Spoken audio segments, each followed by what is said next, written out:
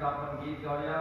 गीत क्रमांक 57 आजी भाग्याचा हा वार.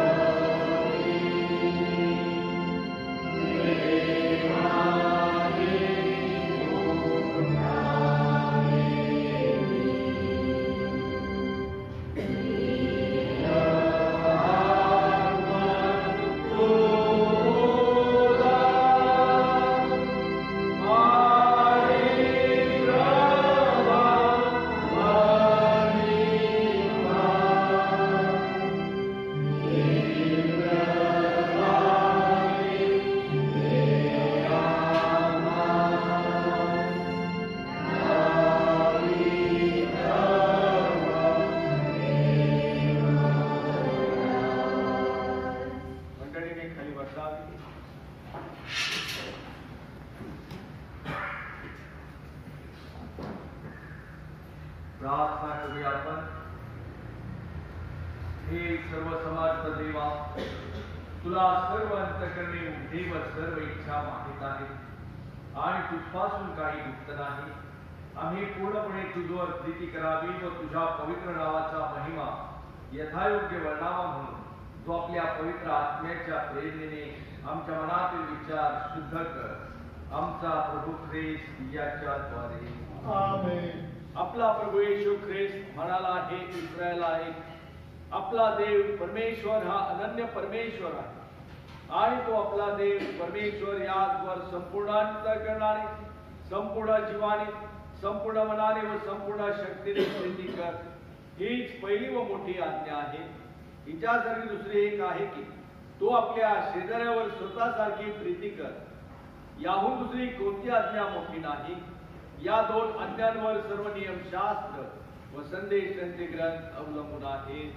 हे प्रभू आम्हावर दया कर. आमच्या तुझ्या सर्व आज्ञा आमच्या अंतःकरणात लिही.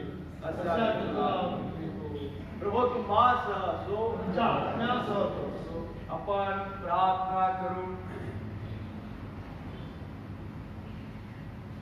सेप्तो आगेसिमा रविवार किंवा उपास समयापूर्वीचा तिसरा रविवार यासाठी नेमलेली सार प्रार्थना पत्र आणि शुभवर्तमान. हे प्रभू, जे आम्ही आपल्या अपराधामुळे यथा न्याय शासन भोगितो, त्या आम्ही तुझ्या नावाच्या गौरवासाठी तुझ्या दयेने मुक्त व्हावे म्हणून कृपा करून आपल्या लोकांच्या प्रार्थना ऐक असे आम्ही तुला विनंतो. येशू ख्रिस्त आमचा तारणारा याच्याद्वारे तो तू सहव पवित्र आत्म्यासह एकच देव युगाने जिवंत असा निरंतर राज्य करीतो. ज्यावेळेस आपण पत्राचा शास्त्र भाग ऐकूया.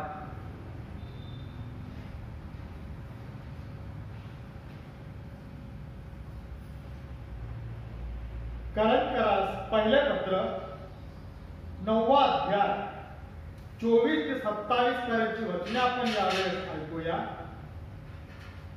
शर्यतीत धावणारे सर्व धावतात, पण एकालाच बक्षीस मिळते. ते तुम्हाला ठाऊक नाही का? असे धावा की तुम्हाला ते मिळेल.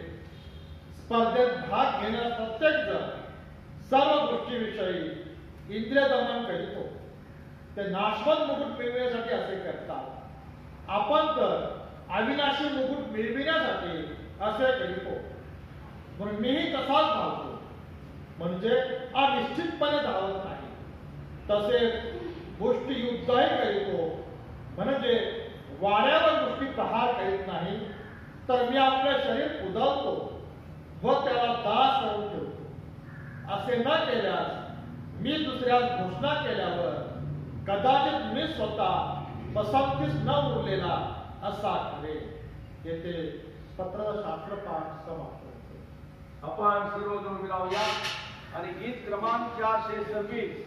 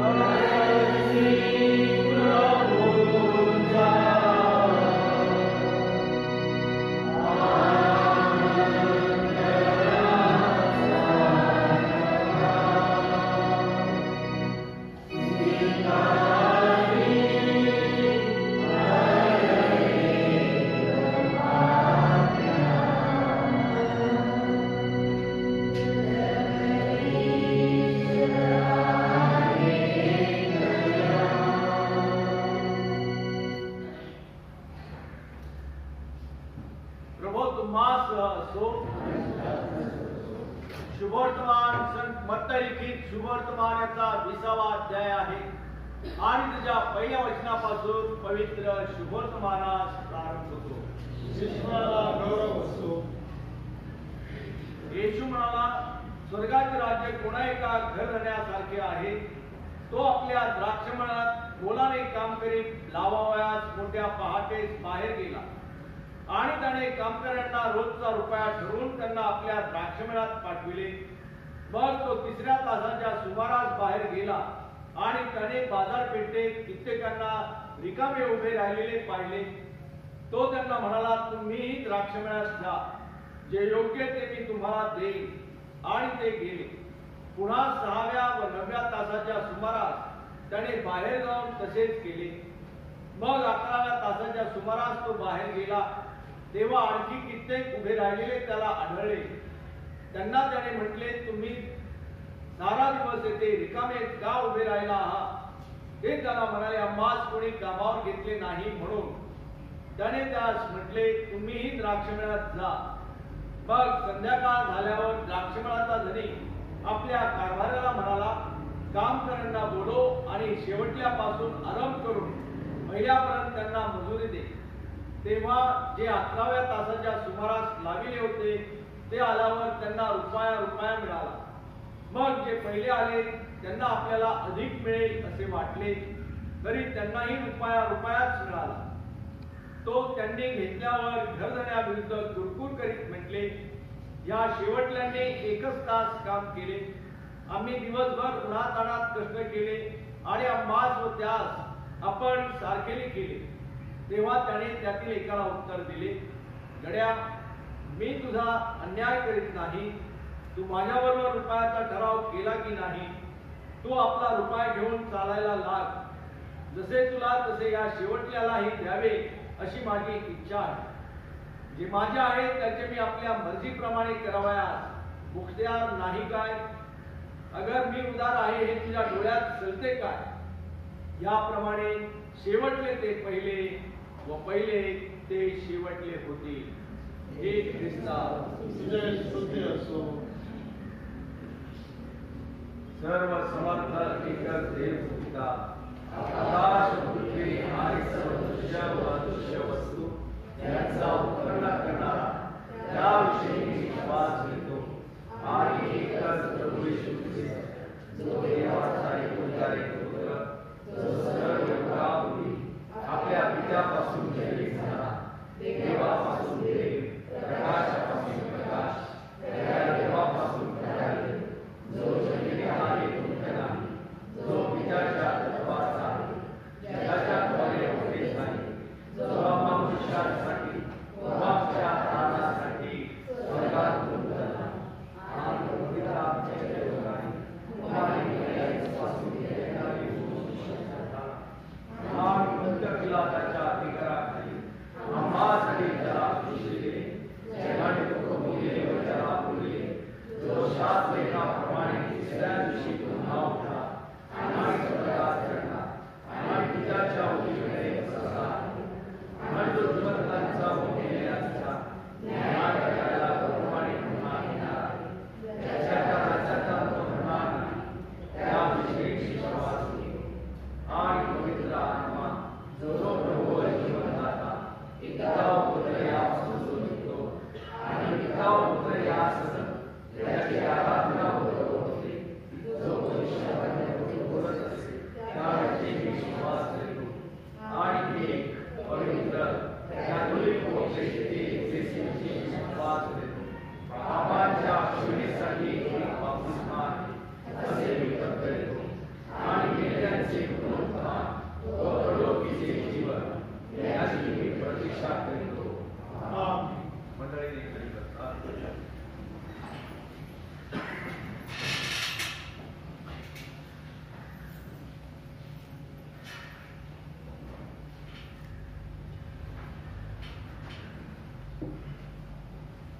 दिनांक 2/2/2021 मंगळवार रोजी सायंकाळी 5 वाजता ख्रिस्ताचे मंदिरात समर्पण म्हणजे मेन बातम्यांचा सण, या सणानिमित्त महिला मंडळाने विशेष भक्तीचे आयोजन केलेले आहे. मंगळवार दिनांक 2 रोजी सायंकाळी 5 वाजता. तरी आपल्या मंडळीतील सर्व महिलांनी या विशेष भक्तीमध्ये उपस्थित राहावे. बुधवार व शुक्रवार सकाळी 7 वाजता प्रभू बोलण्याचा विधी होईल. पुढील रविवार हा उपास पूर्वीचा दुसरा रविवार आहे. सकाळी 6:30 वाजता पहिला विधी होईल. त्यानंतर 8 वाजता दुसरा विधी व उपदेश होईल. कोर्टामध्ये आपल्या शाळा व इतर मिळकतीबाबत जागेसंदर्भात कोर्टात केस आहे. दिनांक 2/2/2021 रोजी. तरी जास्तीत जास्त संख्येने मंडळींनी कोर्टामध्ये उपस्थित राहावे. कोणाला या कोर्ट कामासाठी आर्थिक मदत करायची असेल त्यांनी पास्टरेट कमिटीचे सभासद किंवा प्रेस्ट इन्चार्ज यांच्याशी संपर्क साधावा. आज आपल्यामध्ये रेव्हरंड सतीश तोरणे आहेत. त्यांना मी विनंती करतो की त्यांनी प्रभूच्या उत्सवात आम्हाला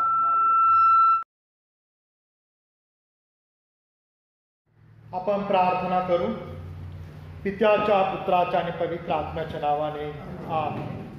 पवित्र पवित्र पवित्र सर्व समर्थ परमेश्वर देवापा, तुझ्या नावाला पुन्हा एक वार आम्ही मान आणि गौरव सन्मान तुला देत आहोत. आपण परमेश्वरा यावेळी या समय ज्या विषयावर, ज्या वचनावर प्रभुदेव आम्ही चिंतन मनन करणार आहोत तो विषय, ते वचन आम्हासाठी आशीर्वादित कर आणि आम्हा जवळ गौरव करून घे अशी प्रार्थना प्रभुदेवा आम्ही त्या चरणाजवळ करत आहोत. येशूच्या नावाने मागतो. ख्रिस्तात प्रियजन हो, एक प्रसिद्ध चित्रकार होता आणि तो चित्रकार जे वास्तव आहे त्या वास्तवाशी निगडीत असलेलं चित्र तो काढायचा. ज्याप्रमाणे चर्चमध्ये उपासना चालू आहे ती कशा प्रकारे उपासना चाललेली आहे तो पाहायचा आणि हुबेहूब ते चित्र तो काढायचा. जे दृश्य त्याला बाहेर किंवा रस्त्यावर दिसेल ते चित्र तो काढायचा प्रयत्न तो करायचा. आणि त्या चित्रामुळं त्याला फार मोठी प्रसिद्धी मिळालेली होती आणि त्या चित्रांना मोठ्या प्रमाणामध्ये किंमत देखील मिळायची. आणि त्या चित्रकाराचं नाव होतं केविन कार्टर. केविन कार्टर याचं नाव जर आम्ही इंटरनेटवर जर टाकलं तर आम्हाला त्याने जे चित्र काढलेली आहेत ते आम्हाला दिसतात. तर 1993 सालातली गोष्ट आहे. ते 1993 साली सुदान, साऊथ आफ्रिका या देशामध्ये मोठा दुष्काळ पडला आणि त्या दुष्काळामध्ये अन्ना वाचून हजारो लोक मृत्युमुखी पडले.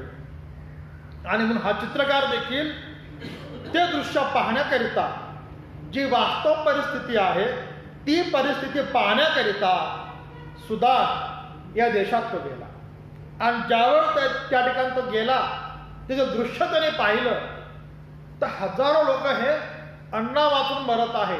भयानक असं दुष्काळ आहे, ऊन कडक असं पडलेलं आहे. आणि त्याने बरीचशी चित्र त्या ठिकाणी काढली. आणि एक जे चित्र त्याने जे काढलं तर ते चित्र अक्षरशः अंगावर शहार येणार असं होतं. ते चित्र असं होतं की कडक ऊन असं पडलेलं आहे आणि एक लहान मुलगा अंडाकरिता वनवंत फिरत आहे. त्याच्या अंगावर कपडा देखील नाहीये, त्याच्या शरीराचे हाड दिसत आहेत, त्याच्या शरीराच्या बरगड दिसत आहेत. आणि त्याला अन्न न मिळाल्यामुळं काही क्षणामध्ये म्हणा किंवा काही तासामध्येच तो मृत्युमुखी पडणार आहे. आणि या दुष्काळामध्ये अनेक ठिकाणी लोक मृत्युमुखी पडलेले असल्यामुळं काही पक्षी धष्टपुष्ट काही पक्षी त्या मृत माणसांचा मांस खाण्याकरता त्या ठिकाणी फिरत होते. आणि एक पक्षी त्या लहान मुलाच्या पालखीवर होता. तो वाट पाहत होता की हा केव्हा मरेल आणि याचा मांस मी कधी खाईल. ते चित्र जे होतं त्या चित्रामध्ये त्याने दाखवलं की दुष्काळ पडलेला आहे, झाडाचे पानं सगळी सुकून गेलेली आहेत, तो मुलगा जमिनीवर पडलेला आहे आणि एक पक्षी त्या मुलाच्या मरणाची वाट पाहत आहे. हे चित्र त्याने काढलं, फ्रेम त्याने तयार केली आणि या फ्रेमला त्याने मोठं प्रदर्शन भरवलं आणि मोठे डॉलर त्याला चित्राचे त्याला मिळाले. त्या प्रदर्शनामध्ये अनेक लोक ते चित्र पाहायला आले.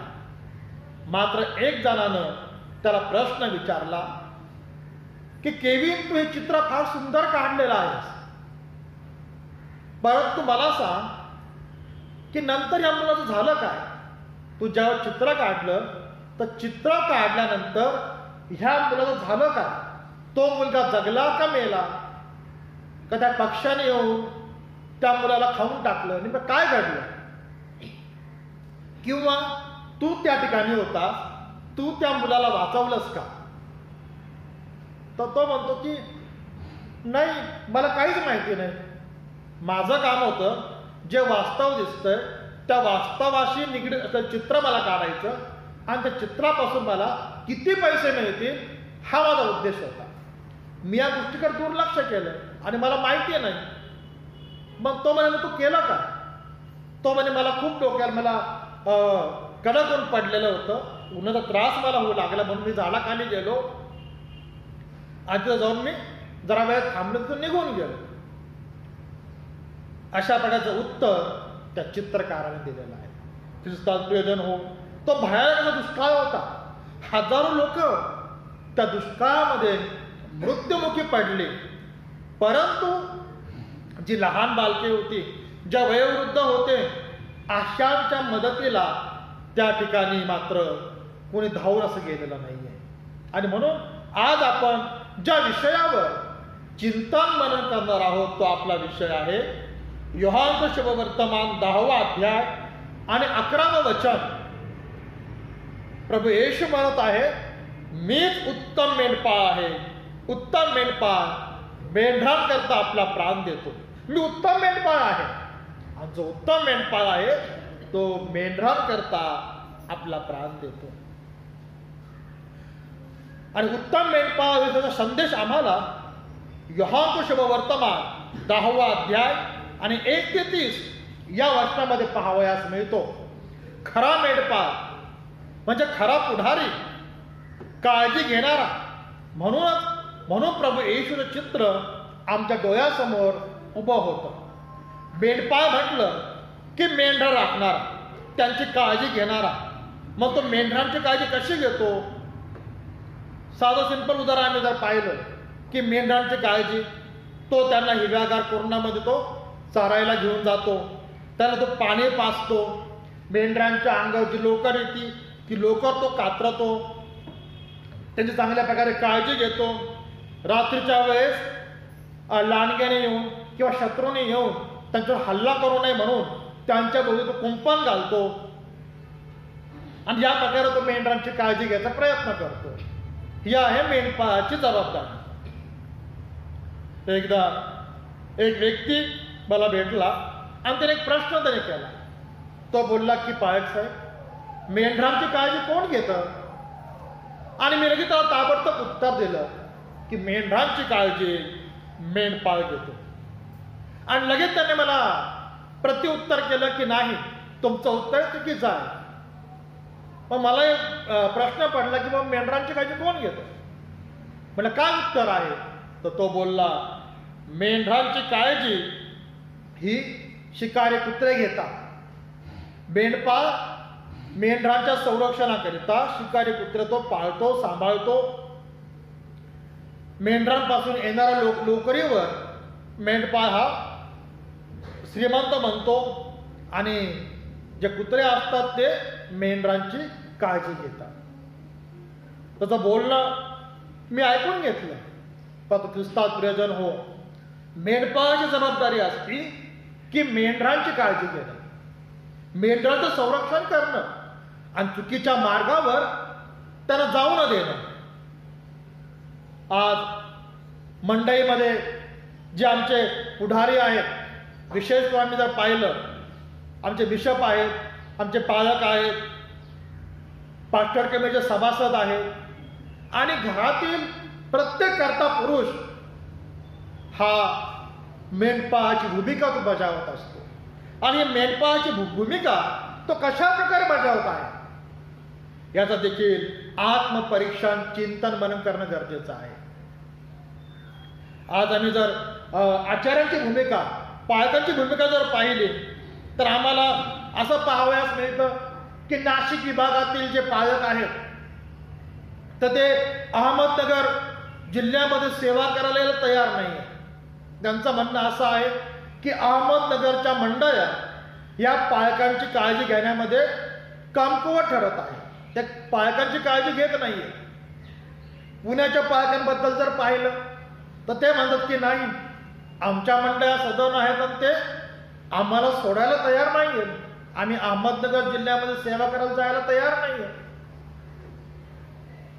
देण्याच्या बाबतीमध्ये उदासीनता त्यांनी दाखवलेली आहे. आणि अशा याच्यामध्ये ज्यावेळेस आम्ही मेंढपाळाची भूमिका करतो, खऱ्या अर्थानं ती भूमिका योग्य आहे का? ज्यावेळेस पालकांना सांगितलं जातं की तुम्ही आणखीन चांगल्या प्रकारे मंडईमध्ये कार्य तुम्ही करा, विविध प्रकारचे उपक्रम तुम्ही राबवा, परंतु इतर पालकांकडून उत्तर मिळतं की नाही, आम्ही असं करू शकत नाही, कारण आम्हाला तुटपुंजा पगार मिळतो, जेवढा पगार तेवढंच काम होणार. याला उत्तम मेंढपाळाची भूमिका म्हणता येईल का? ज्यावेळेस नाताळाचा सण येतो तर त्यावेळेस नाशिकच्या मंडळाला म्हणतात की नाही, नाताळाचा सण आहे, आम्ही आमच्या पालकांना 50,000पेक्षाही जास्त आम्ही रक्कम देणार. परंतु याचं उदाहरण ज्यावेळेस नगर विभागाकडे पाहिलं जातं, अहमदनगर जिल्ह्यामध्ये पाहिलं जातं, तर त्याच्यामध्ये आम्हाला उदासीनता दिसून येते. आणि खरंच ज्यावेळेस मेंढपाळ म्हणून आम्ही जी सेवा करत आहोत, खरंच ती प्रभूला आवडणारी असे आहे का? याचं देखील आत्मपरीक्षण, चिंतन आणि मनन आज आम्हाला करणं गरजेचं असं आहे. वाद विवाद मंडळामध्ये मोठ्या प्रमाणामध्ये पाहायला मिळतो. आरसी लोक म्हणतात, फादर लोकांचं असं म्हणणं आहे की प्रोटेस्टंट मंडळांमध्ये ऍक्शनच नाही आहे. सेवा हा प्रकार आम्हाला प्रोटेस्टंट मंडळात पाहायला मिळत नाही. मग पुन्हा प्रोटेस्टंट मंडळ म्हणतात की आरसीचे लोक तर मूर्तीपूजक आहेत. पुन्हा ते म्हणतात की मूर्तीपूजेचे प्रकार वेगवेगळे आहेत आणि ते सर्वांमधून दिसून येतात. मूर्तीपूजा विविध प्रकारची आहे आणि मूर्तीपूजा सर्वच करतात. तुम्ही कोणत्या प्रकारची मूर्तीपूजा म्हणत आहे?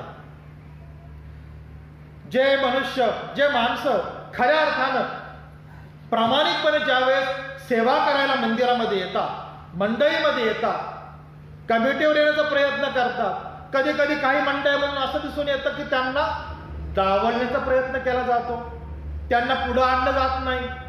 मग कशा रीतीने पुढारी म्हणून, मेंढपाळ म्हणून ते चांगल्या प्रकारचे काम चांगल्या प्रकारचं काम ते करू शकतील, याचं देखील आम्ही आत्मपरीक्षण, चिंतन आणि मनन करणं गरजेचं असं आहे. आणि म्हणून निर्गम 3रा अध्याय आणि 5वं वचन जर पाहिलं तर त्यामध्ये आम्हाला पाहायला मिळतं की परमेश्वर देवानं मोशेला पाचारण केलं.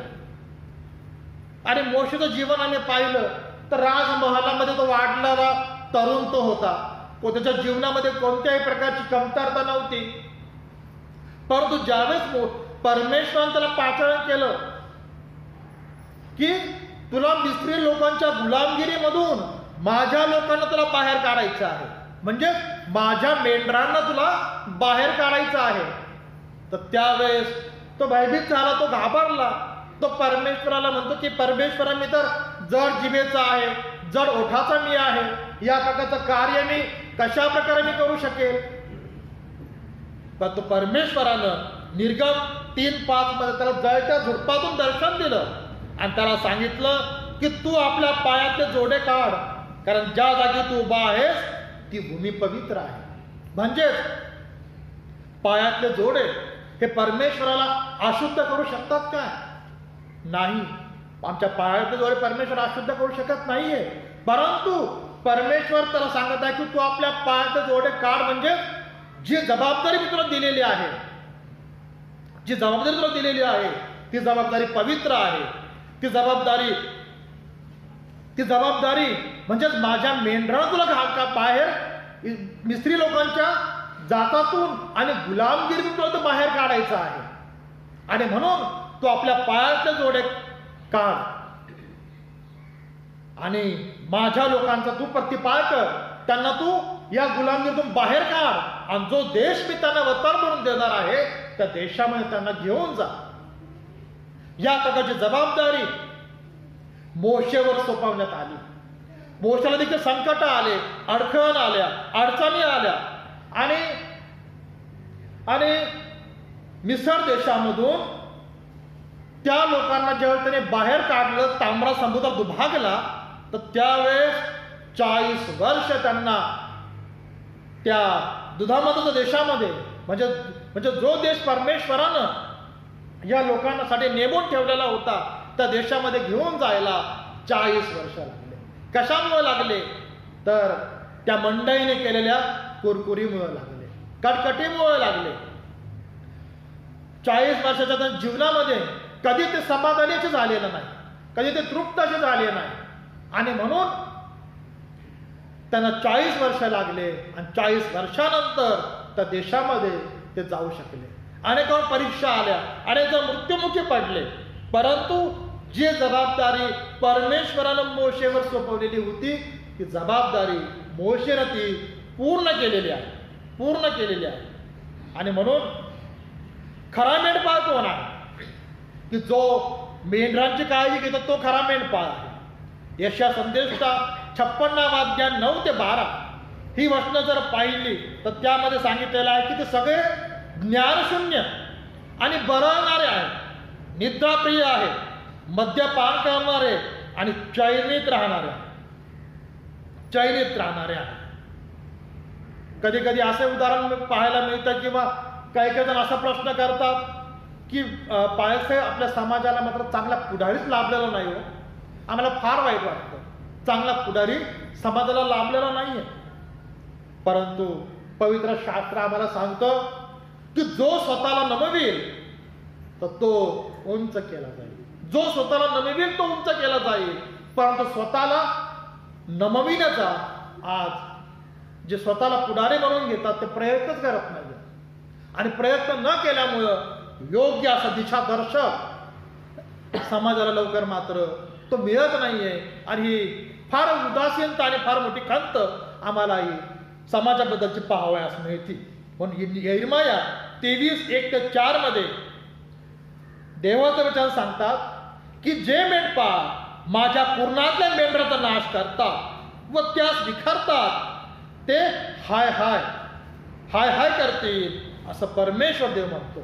की त्या परमेश्वराची इच्छा आहे की ज्यावेळेस तुम्ही पुढारी या नात्यानं समाजाचं नेतृत्व करता तर त्यावेळेस तुम्ही माझ्या मेंढरांची म्हणजे माझ्या लोकांची तुम्ही काळजी घेतली पाहिजे. माझ्या मेंढरांना तुम्ही सांभाळलं पाहिजे. कुटुंब प्रमुख या नात्यानं तो घरचा मेंढपाळ आहे.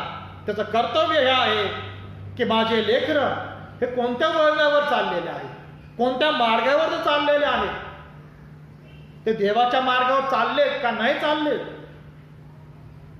जर ते देवाच्या मार्गावर चाललेले नसतील त्यांचा मार्ग हे कुटुंबामधूनच आम्ही बदलला पाहिजे. धार्मिकतेचं शिक्षण कुटुंब प्रमुख मेंढपाळ या नात्यानं त्याने कुटुंबाला दिलं पाहिजे. आपल्या कुटुंबातील किती सदस्य देवाच्या मंदिरामध्ये येतात, देवाचा संदेश ऐकतात, मंडळीमध्ये सहभागी होतात, ही जबाबदारी घरच्या कर्त्या पुरुषाची आहे म्हणजे मेंढपाळाची आहे. मेंढपाळ या नात्यानं ही जबाबदारी त्यानं पार पाडली पाहिजे. ख्रिस्तात प्रियजन हो. आणि म्हणून परमेश्वर देव म्हणतो की तुम्ही माझा कळप विखुरला आहे, त्यांना हाणून लावले आहे, त्याचा समाचार घेतला नाही. पहा मी तुमच्या कर्माचा अनिष्ट परिणाम तुमच्यावर आणि तुमचा समाचार घेईल असं सेनाधीश परमेश्वर म्हणतो. की तुमचा जो कर्म तुम्ही करत आहात ते कर्म मला आवडणारे असे नाहीये. म्हणून पुढारी या नात्याने, नेता या नात्याने, उत्तम मेंढपाळ या नात्यानं तुमचं कर्तव्य आहे की मेंढरांना मेंढवाड्यामध्ये आणणं गरजेचं आहे. जी मेंढरं बहकलेली आहेत, जी मेंढरं चुकीच्या मार्गावर चाललेली आहेत तर त्यांना आम्ही आमच्या मेंढवाड्यामध्ये आणणं अतिशय गरजेचं असं आहे. 2 दिवस आधी आमची सर्व पालकांची सभा होती ख्राईस्टचर्च भिंगार या ठिकाणी आणि विषय निघाला मेंढपाळ आणि मेंढर. बिशप साहेबांनी सांगितलं की तुम्ही मेंढपाळ आहात आणि तुम्हाला तुमच्या मेंढरांची म्हणजे मंडळीची काळजी घ्यायची आहे. आणि एक जणांनी प्रश्न केला की बिशप साहेब ग्रामीण भागातली परिस्थिती अतिशय अवघड आहे हो. ग्रामीण भागाची परिस्थिती अशी झालेली आहे की आता मेंढरच मेंढपाळांना फसवत आहेत. मग कशा प्रकारे आम्ही आमची भूमिका निभवायची तुम्ही आम्हाला सांगा. ख्रिस्तात प्रियजन हो. पण ज्यावेळेस आम्ही देवाच्या वचनामध्ये राहतो, परमेश्वराच्या सानिध्यामध्ये राहतो तर देवबाबा आम्हाला महान मोठ्या आशीर्वादाने भरतो आणि देवाचं वचन आमच्यामध्ये कार्य करतं. देवाचं वचन हे मंडळीमध्ये कार्य करतं. देवाचे वचन सांगत आहे की तुम्ही कबुतरासारखं तुम्ही हुशार पाहिजे नाही आणि सापासारखं तुम्ही चपळ असं पाहिजे नाही. आणि म्हणून प्रभू काय म्हणत आहे की पहा मी लांडग्यांमध्ये कोकरं असंही तुम्हाला पाठवत आहे. सगळे लांडगे आहेत पण त्यांच्यामध्ये तुम्ही कोकरं आहात, मी तुम्हाला पाठवित आहे असं प्रभू म्हणत आहे. प्रभू म्हणतो की मी युगाच्या समाप्तीपर्यंत सदोदित तुम्हा बरोबर आहे. तो मेंढपाळ, तो उत्तम मेंढपाळ जर आमच्या बरोबर आहे. सर्वत्र लांडगे पसरलेले आहेत परंतु आमचा हा विश्वास आहे त्या सर्व लांडग्यांमध्ये तो मेंढपाळ आम्हाला सांभाळणारा आमचा जिवंत देव तो आहे. आम्हाला सांभाळणारा जिवंत देव तो आहे. आणि म्हणून यिर्मया 23:4 मध्ये सांगितलेलं आहे की मी त्यांच्यावर मेंढपाळ नेमी, ते त्यांना चारतील, ते पुढे भिणार नाही, घाबरणार नाहीत, कमी होणार नाही असे परमेश्वर म्हणतो.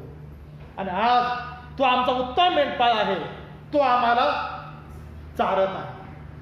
म्हणून आम्ही निर्भय असे आहोत. आम्हाला माहिती आहे की आमचा प्रभू येशू ख्रिस्त हा मेंढपाळ आहे. म्हणून आज आमच्या सर्वांची कुटुंब सुरक्षित असे आहेत. तो उत्तम मेंढपाळ आहे. म्हणून आज आमचं उठणं बसणं, आमचं घराबाहेर जाणं येणं तो आमचं सुरक्षित करतो, तो आमचं आशीर्वादित करतो. आणि तो मेंढपाळ प्रत्येक कुटुंबाला सांभाळतो, तो मेंढपाळ प्रत्येकाचं संरक्षण करतो. आम्ही जर पाहिलं की धार्मिक जरी मनुष्य धार्मिक असू, देवाला मानणारा असू किंवा नास्तिक असू, पण परमेश्वर देव दोघांचीही काळजी घेतो. परमेश्वर देव कोणावर अन्याय मात्र करत नाही. मात्र तो म्हणतो की ज्याच्या त्याच्या कर्माप्रमाणे मी त्याला मात्र प्रतिफळ देईन, मी त्याला मात्र प्रतिफळ देईन. तर देवाची इच्छा हीच आहे की आम्ही लीन व्हावं, नम्र व्हावं, आमची पापे कबूल करावं आणि त्या सर्वसमर्थ परमेश्वराकडे वळावं. तर जिवंत देवाकडे आम्ही यावं, म्हणजे आम्ही चांगला मार्ग आम्ही अनुसरावा.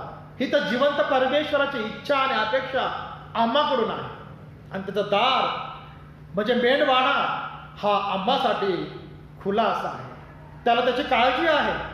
आणि म्हणून 100 मेंढरातून ज्यावेळेस एक मेंढरू हरवतं तर तो मेंढपाळ बाकीचे 99 मेंढर सोडून देतो आणि हरवलेला मेंढरा तो शोधावायला लागतो, त्याची तो काळजी घेतो, त्याला शोधतो. त्याला शोधल्यानंतर त्याला अतिशय आनंद होतो आणि तो इतरांबरोबर देखील आनंद करतो की माझं हरवलेलं मेंढरू मला आता हे सापडलेलं आहे. हा खरा मेंढपाळ, याला खरा असा मेंढपाळ म्हटलेला आहे. म्हणून म्हटलेलं आहे की मी त्यांच्यावर मेंढपाळ नेमीन, ते त्यांना चारतील आणि ते पुढे भिणार नाही, घाबरणार नाही, कमी होणार नाही, असे सेनाधीश परमेश्वर म्हणतो. ज्यावेळेस पेत्रानं प्रभूचा नकार केला की मी ओळखत नाही, आणि ज्यावेळेस प्रभू येशू ख्रिस्त पुनरुत्थित होतो आणि पेत्राला दर्शन देतो आणि त्यावेळेस पेत्र हा प्रभूवर विश्वास ठेवतो आणि या पेत्राला प्रभू येशू ख्रिस्त एक जबाबदारी देतो. आणि त्या जबाबदारी देत असताना तो त्याला 3 वेळेस प्रश्न विचारतो. तो त्याला म्हणत आहे, योहानचं शुभवर्तमान याचा 21वा अध्याय आणि 15वं वचन आम्ही जर पाहिलं, त्या सांगितलेलं आहे, त्यांची निहारी झाल्यावर येशूने शिमोन पेत्राला म्हटले, योहानाच्या पुत्रा शिमोना, ह्यांच्यापेक्षा तू माझ्यावर अधिक प्रीती करीतोस काय? आणि तो त्याला म्हणाला, होय प्रभू, आपणावर मी प्रेम करतो, हे आपल्याला ठाऊक आहे. त्याने त्याला म्हटले, माझी टोकरं चार, म्हणजे माझी मेंढर तू चार. पुन्हा दुसऱ्यांदा तो त्याला म्हणाला, योहानाच्या पुत्रा शिमोना, माझ्यावर प्रीती करतोस का? तो त्याला म्हणाला, होय प्रभू, मी आपल्यावर प्रेम करतो, हे आपल्याला ठाऊक आहे. आणि त्याने त्याला म्हटले, माझी मेंढर पाळ. आणि तिसऱ्यांदा तो त्याला म्हणतो, योहानाच्या पुत्रा शिमोना, माझ्यावर प्रेम करतोस का? माझ्यावर प्रेम करतोस का? असे तिसऱ्यांदा त्याला म्हटले. आणि पुन्हा पेत्र दुःखी होऊन त्याला म्हणाला, प्रभू, आपल्याला सर्व ठाऊक आहे, मी आपणावर प्रेम करतो, हे आपण ओळखले आहे. आणि येशून त्याला म्हटले, माझी मेंढरे चार. म्हणजे 3 वेळेस प्रभू त्याला म्हणतो की तुझं माझ्यावर प्रेम आहे का? तुझं माझ्यावर प्रीती आहे का? आणि तो म्हणतो की होय प्रभू, हे आपण ओळखता की माझं तुमच्यावर प्रेम आहे. ख्रिस्तात प्रयोजन हो. तोच प्रभू, तोच ख्रिस्त तुम्हाला आणि मला विचारत आहे की तुझं माझ्यावर प्रेम आहे का? तुमचं माझ्यावर प्रेम आहे का? तुमची माझ्यावर प्रीती आहे का? मंडळीचं माझ्यावर प्रेम आहे का? मंडळीची माझ्यावर प्रीती आहे का? जर आम्ही जर प्रभू प्रेम करत आहोत तर आम्ही कुटुंबाचा प्रमुख या नात्यानं, मंडळीचा प्रमुख या नात्यानं, पास्टोरल कमिटी सभासद या नात्यानं आमचं कर्तव्य आहे की आम्ही आमच्या मेंढरांची काळजी घेतली पाहिजे. आम्ही आमच्या मेंढरांचा सांभाळ केला पाहिजे की आमचे मेंढरं ही इतरत्र गेली नाही पाहिजे. जर जात असतील तर त्यांना आम्ही आमच्या या देवालयामध्ये, म्हणजे आम्ही आमच्या मेंढवाड्यामध्ये त्यांना परत आणलं पाहिजे. पण हे केव्हा शक्य होईल? आज ज्यावेळेस आम्ही प्रभूवर जग प्रेम करतो त्यावेळेस हे शक्य होईल. प्रभू येशू ख्रिस्ताची आम्ही प्रीती करतो त्यावेळेस शक्य होईल. पण जर आता देवाचं प्रेम नसेल, जर आता देवाचं प्रीती नसेल, तर आमच्या काही हे गुणलक्षण दिसून येणं अतिशय अवघड असं आहे, अतिशय अवघड असं आहे. आणि म्हणून प्रभूने म्हटलेलं आहे की सर्वात मोठी जी आज्ञा आहे, आज्ञा ठाऊक आहे, पण सर्वात मोठी जी आज्ञा आहे की तो आपला देव परमेश्वर याच्यावर संपूर्ण मनानं, संपूर्ण जीवानं व संपूर्ण शक्तीने प्रीती कर.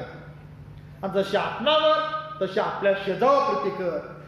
कारण देव प्रीती आहे, देव प्रीती आहे, म्हणून आम्हाला आधी देवावर प्रेम केलं पाहिजे.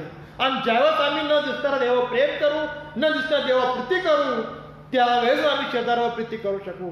अन्यथा आमच्याकडून ती प्रीती होणार नाही. जे उदाहरण सुरुवातीला तुम्हाला सांगितलं की त्या चित्रकारानं ते चित्र काढलं, त्याच्यासमोर जी परिस्थिती होती ते लहान लेकराच्या समोर होतं. त्याचं एक कर्तव्य होतं की मी या लहान लेकराला त्या पक्षापासून वाचवावं, त्याला वाचवणं गरजेचं असं होतं. मात्र त्याने तसं केलं नाही, कारण त्याचं देवावर प्रेम नव्हतं. आणि त्याचं देवावर प्रेम नसल्यामुळं त्याचं माणसावर प्रेम नव्हतं. त्याचा उद्देश फक्त आणि फक्त पैसे कमावणारा असा होता. आणि म्हणून यहेजकेल 34वा अध्याय 1 ते 31 या वचनात सांगितलेला आहे. यहेजकेल इस्रायलाच्या पुढाऱ्याविषयी म्हणजे मेंढपाळाविषयी, त्याचे राजे, याजक, संदेष्टे याविषयी भविष्य संदेश देऊन सांगतो. त्याचे राजे, याजक, संदेष्टे यांचा लोभ, भ्रष्टता आणि स्वार्थीपणा यामुळे ते देवाच्या लोकांचे देवाला हवे त्याप्रमाणे पुढारीपण करू शकलेले नाहीये. पुढारीपण जी जबाबदारी परमेश्वर देवानं राजांना दिलेली होती, याजकांना दिलेली होती, संदेष्टांना दिलेली होती, मात्र ती जबाबदारी ते पूर्णपणे निभावू शकलेले नाहीत. आणि या गोष्टीला परमेश्वराचा राग असा आहे. आणि म्हणून तो म्हणतो की मी तुझ्या हाती सोपवलेला रहम्य जो कळप आहे तो कळप कुठे आहे, माझा कळप कुठे आहे, की जो कळप मी तुझ्या हाती दिलेला होता. आणि या कळपाला खजिना असं म्हटलेलं आहे. हा खजिना मी तुझ्या स्वाधीन केलेला आहे, ही ठेव मी तुझ्या स्वाधीन केलेली आहे. याचा जाब तो त्या न्यायाच्या दिवशी आम्हाला तो विचारणार आहे, आमच्या प्रत्येकाला तो विचारणार आहे. कारण आम्ही प्रत्येक जण हे कुटुंबाचे आम्ही पुढारी असे आहोत, कुटुंबाचे आम्ही करते असे आहोत आणि आम्हाला तो जाब विचारणार आहे. आणि म्हणून तो लोकांना आध्यात्मिकरित्या मदत करण्याऐवजी ते स्वतःच्या फायद्यासाठी त्यांचा उपयोग करून घेत होते असं परमेश्वराच्या निदर्शनामध्ये आलेलं आहे.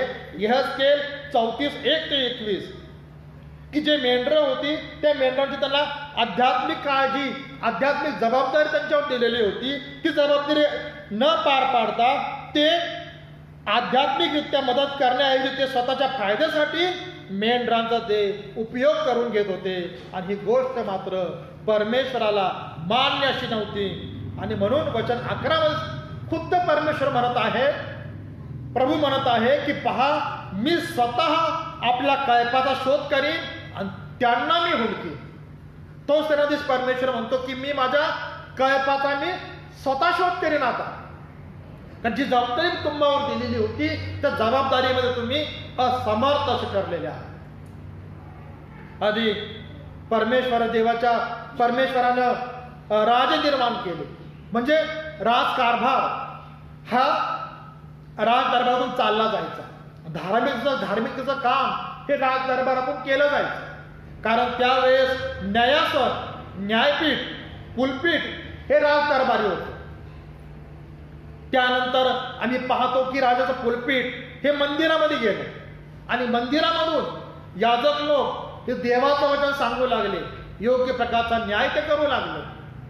कुलपीठच्या माध्यमातून योग्य असा न्याय देवाच्या मंदिरामधून होऊ लागला. आणि आज आम्ही पाहत आहोत की कुलपीठची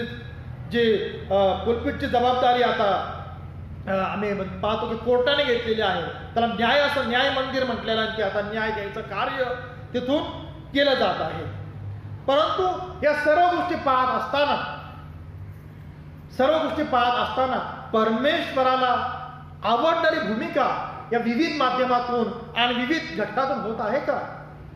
याचे आत्मपरीक्षण करणं आम्हाला गरजेचं असं आहे. कारण परमेश्वराने जेव्हा पाहिलं तर परमेश्वराला इस्रायलाच्या पुढाऱ्यांच्या अपयशामुळे देव स्वतःच्या लोकांचे नेतृत्व करतो आणि तो त्याच्या कळपाची काळजी तो घेत आहे. म्हणून खरा याजक, खरा संदेष्टा, राजा म्हणून त्याने देवाच्या लोकांचे नेतृत्व केले आणि त्यांची काळजी घेतली. आणि म्हणून प्रभू येशू ख्रिस्त हा उत्तम मेंढपाळ आहे. आणि म्हणून प्रभू म्हणतो की मीच उत्तम मेंढपाळ आहे. जसा पिता मला ओळखतो व मी पित्याला ओळखतो, तसे जे माझे आहेत त्यांना मी ओळखतो व जे माझे आहेत ते मला ओळखतात आणि मी मेंढरांकरता आपला प्राण देतो. म्हणून म्हणतो की मी उत्तम मेंढपाळ आहे, मी त्यांना ओळखतो. आणि प्रभू म्हणतो ते मला ओळखतात. ख्रिस्तात प्रयोजन हो, खरंच आम्ही त्या तारणाऱ्या प्रभू येशू ख्रिस्तांना ओळखत आहोत का? याचं आत्मपरीक्षण करणं, चिंतन करणं, मनन करणं अतिशय गरजेचं असं आहे. आणि म्हणून प्रभू येशू ख्रिस्तानं स्वतःला उत्तम मेंढपाळ म्हटलेला आहे. आणि त्याने ही जबाबदारी पेत्रावर सोपवली की माझी मेंढरं चार आणि माझे मेंढरं पाळ.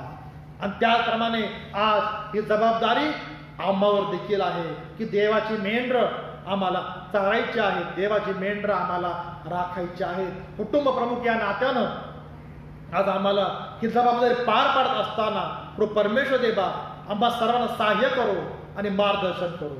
त्या परमेश्वराच्या नावाला मार, महिमा, गौरव, सन्मान निरंतर असो. आमेन. प्रार्थना करू आपण.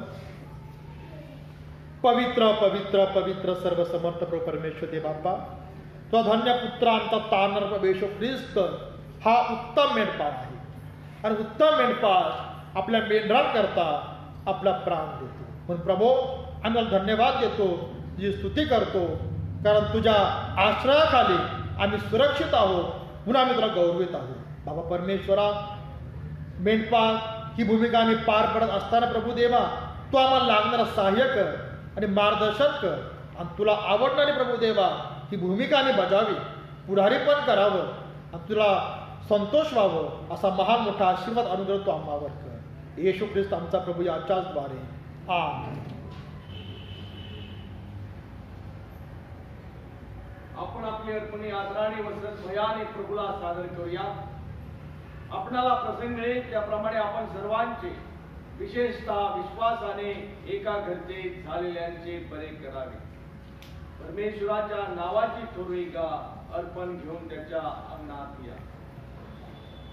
यावेळेस आपण सर्व लोक राहूया आणि गीत क्रमांक 400 अर्पित प्रभूला समर्पित आहे. यावेळेस दान पात्र घेऊया.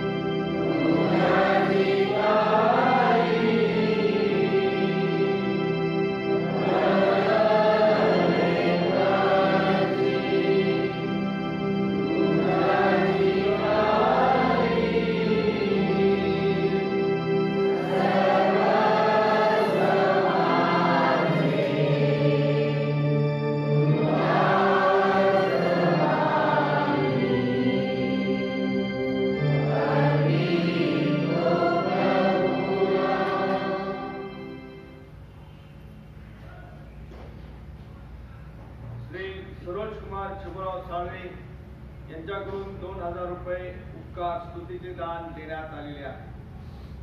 प्रशांत सुरेश पगारे यांच्या वाढदिवसानिमित्त रुपाली पगारे यांच्याकडून 1001 रुपये उपकार स्तुतीचे दान देण्यात आलेले आहे.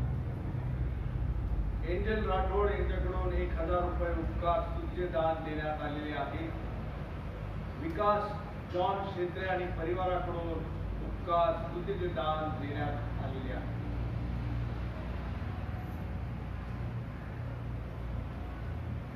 आपण दानार्पणाची प्रार्थना करू. हे जगाच्या निर्माणकर्त्या पवित्र लोक तुझी निरंतर आराधना करतात. सर्व काही तुझ्यापासून प्राप्त होते. तुझ्यापासून प्राप्त झालेले आम्ही तुला देत आहोत. ही प्रकाराने अर्पणे जी तुझ्या पवित्र नेत्रावर आम्ही सहजते सादर करीत आहोत. त्यासाठी आम्ही आपल्याला अर्पून तुझ्या सेवेकरिता तुझ प्रतापी ईश्वराला सादर करतो. त्यांचा तू स्वीकार कर असे आम्ही तुला नम्रपणे विनंतो. येशू ख्रिस्त आमचा प्रभू त्याच्या द्वारे आमेन. मंडळीने खाली बसावे.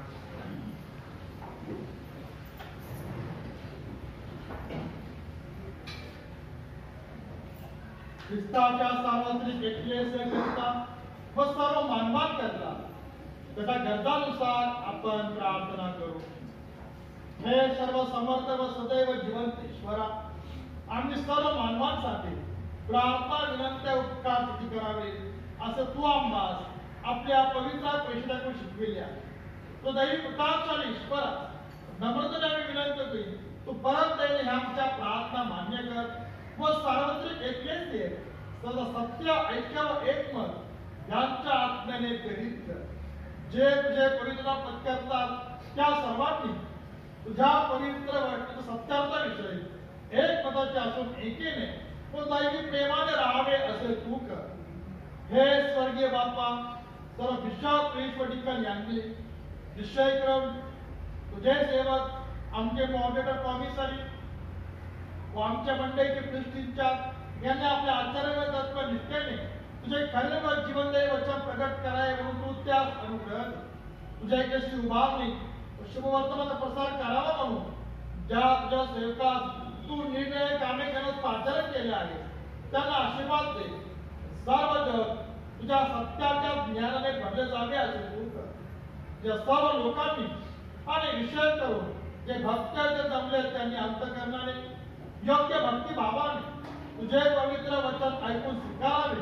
तुझी सेवा खरेपणाने पवित्रतेने तू धार्मिकतेने आयुष्यभर करावी म्हणून तू त्या आपला दिव्य अनुग्रह दे. आम्ही तुला विनंतो की सर्व राष्ट्रांना नीतिमत्तेच्या व शांततेच्या मार्गाने चालवे आणि त्यांचे राज्य करते. आमचे राष्ट्रपती, पंतप्रधान, राज्यपाल याच्या अधिपत्याखाली असलेले अधिकारी यांनी तुझ्या लोकांस न्यायाने व शांततेने वागवून तू त्यास मार्गदर्शन कर. आम्ही तुला अशी विनंती करतो की तुझ्या स्वर्गीय आशीर्वादाने टंचाई व दुष्काळ यापासून आमचा बचाव व्हावा आणि भूमीत उत्पन्न हंगामानुसार कृतज्ञ अंत्यकरणे आणि भोगावे असे तू कर.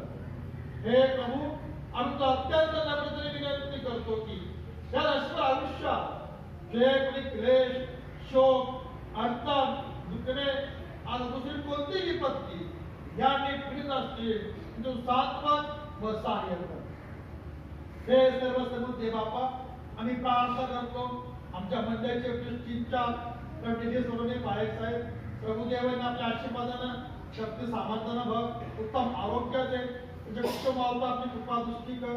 प्रभुदेवा या मंडळीची सेवा करत असताना याचं सहाय्याने मार्गदर्शन कर. ही तुला वाहत असताना प्रभुदेवांना शक्ती आणि सामर्थ्य दे. ऐकून पुढे परमेश्वर या मंडळीची सेवा करत असताना तू त्यांच्याबरोबर राहा आणि त्यांना सहाय्याने मार्गदर्शन कर.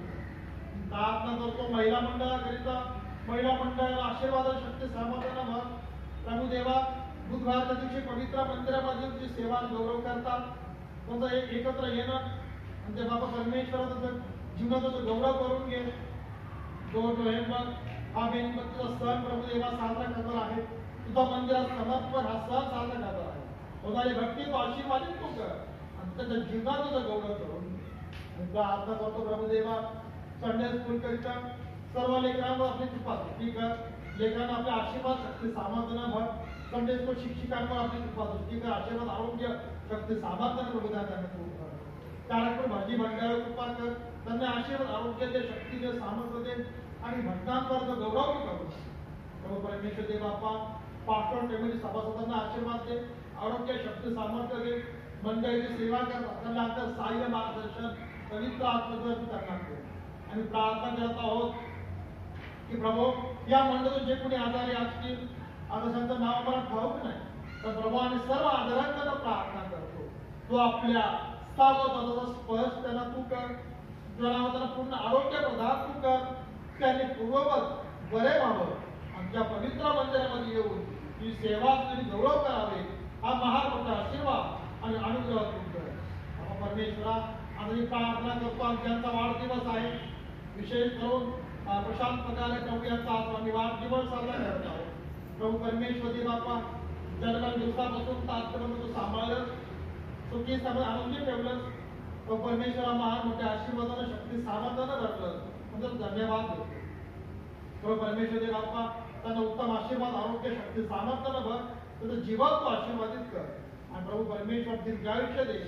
आमची सेवा त्यांच्या जीवनाद्वारे करून घे, यासाठी प्रभू मी प्रार्थना करत आहोत. आणि आज प्रभू परमेश्वर ज्या कोणाचा वाढदिवस आहे, आशांचं नाव आम्हाला ठाऊक नाही, पण प्रभू आशांकरताही प्रार्थना करतो. प्रभू परमेश्वरा त्यांनाच आपल्या आशीर्वादानं आणि शक्ती सामर्थ्यानं भर. उत्तम आरोग्य दे, दीर्घायुष्याचं वरदान दे आणि त्यांच्याही जीवनाच्या द्वारे प्रभू देवा ही सेवा तुम्ही गौरव करावं, असा महान मोठा आशीर्वाद आणि अनुग्रह त्यांच्यावर तू कर. यासाठी प्रभू मी प्रार्थना करतो.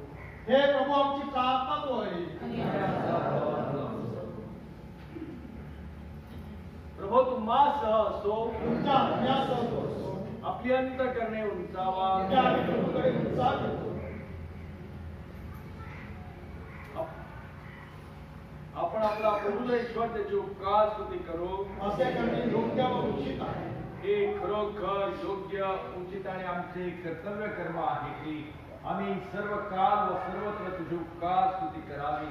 हे प्रभू पवित्र बाप्पा, सर्व समर्थ व सनातन देवा, म्हणून दूत व मुख्य दूत आणि स्वर्गातील सर्व समुदाय यास आम्ही तुझे गौरविनाम स्तवितो व थोर मानितो. आणि आम्ही निरंतर तुझी स्तुती करून म्हणतो की पवित्र पवित्र पवित्र सैन्याचा देव, स्वर्ग आणि पृथ्वी तुझा गौरवाने केलेली आहे. तुला गौरव असो, हे परात्पर प्रभू. आमेन. प्रभूच्या नावाने येणारा धन्यवाद देणारा ऊर्ध्वलोकी होसाना. आपण प्रार्थना करू. हे सर्व समर्थ देवा, आमच्या स्वर्गातील बाप्पा, खरोखरच पवित्र व धन्यवादित आहे, कारण तो आपल्या प्रेमपूर्ण देणे तुझा एकुलता एक पुत्र येशू ख्रिस्त यास आमच्या तारणासाठी मानवी प्रकृती धारण करावयास व क्रूसावरील मरण भोगावयास गेले. त्याने तिथे आपले एकमेव अर्पण एक दास पूर्ण केली. जगाच्या पापासाठी पूर्ण अन्य व पर्याप्त यज्ञ अर्पण व प्रायश्चित्त केले आणि आपल्या त्या अमूल्य मरणाचा निरंतरचा स्मारकविधी स्थापिला व त्याचे पुनरागमन होईपर्यंत आम्ही तो करीत जावा म्हणून आपल्या पवित्र शुभवर्तमानात आम्हास आज्ञा दिली. ज्या रात्री त्याला धरून देण्यात आले, त्याच रात्री त्याने भाकर घेतली आणि तुझी उपकार स्तुती करून ती मोडली आणि आपल्या शिष्यास दिली व म्हटले, घ्या, खा, तुम्हाकरिता दिलेले हे माझे शरीर आहे. माझ्या स्मरणार्थ तुम्ही हे करा.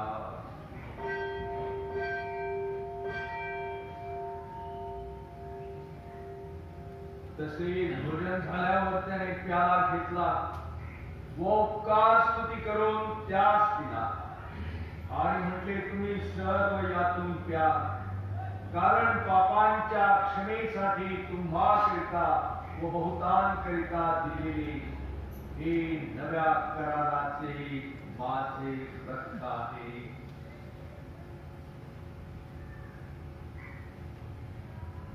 जितकेदा तुम्ही हे प्याल तितकेदा माझ्या स्मरणार्थ तुम्ही हे करा.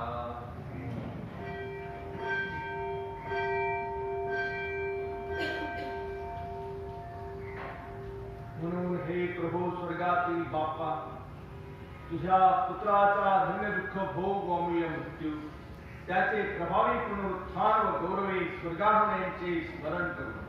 त्यायोगे आम्हाला प्राप्त झालेल्या गणित लाभांबद्दल तुझी मनपूर्वक उपकार स्तुती करून आणि त्याच्या प्रतापी व वैभवी पुनरागमनाची प्रतीक्षा करून आम्ही तुझे नम्रदास तू प्रतापशाली ईश्वरासमोर तुझ्याच पवित्र देणग्यांनी त्याच्या आज्ञेनुसार या स्मारकलिपीचे आयोजन व अनुष्ठान करतो.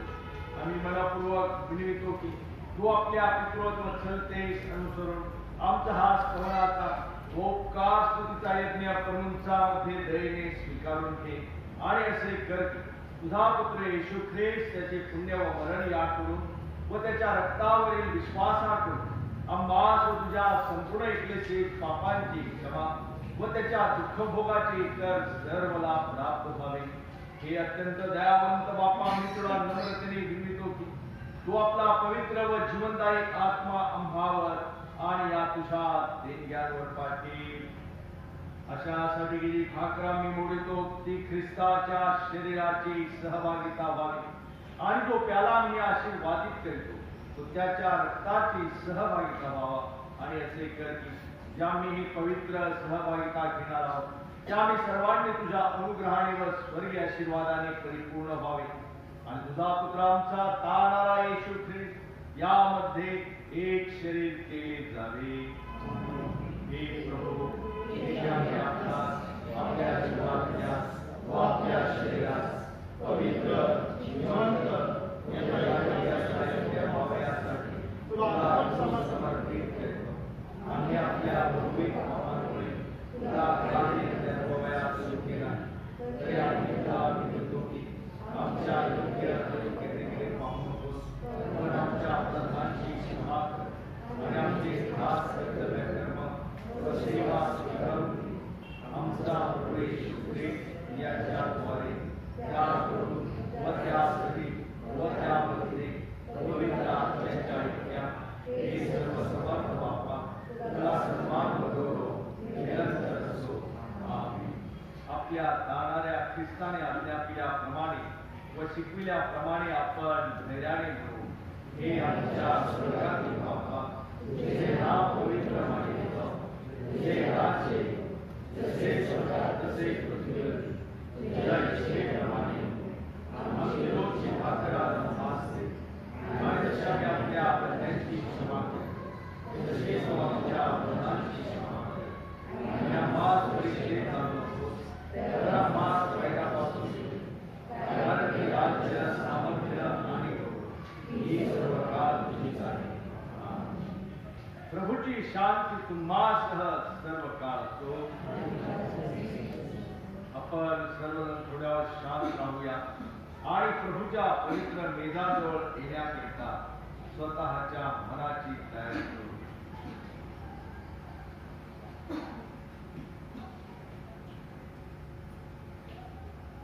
आपण नम्रतेची प्रार्थना करू. हे सर्व प्रभू, आम्ही आपल्या धनिक देवळाची पवित्र पवित्र महान पवित्र संस्कार आणि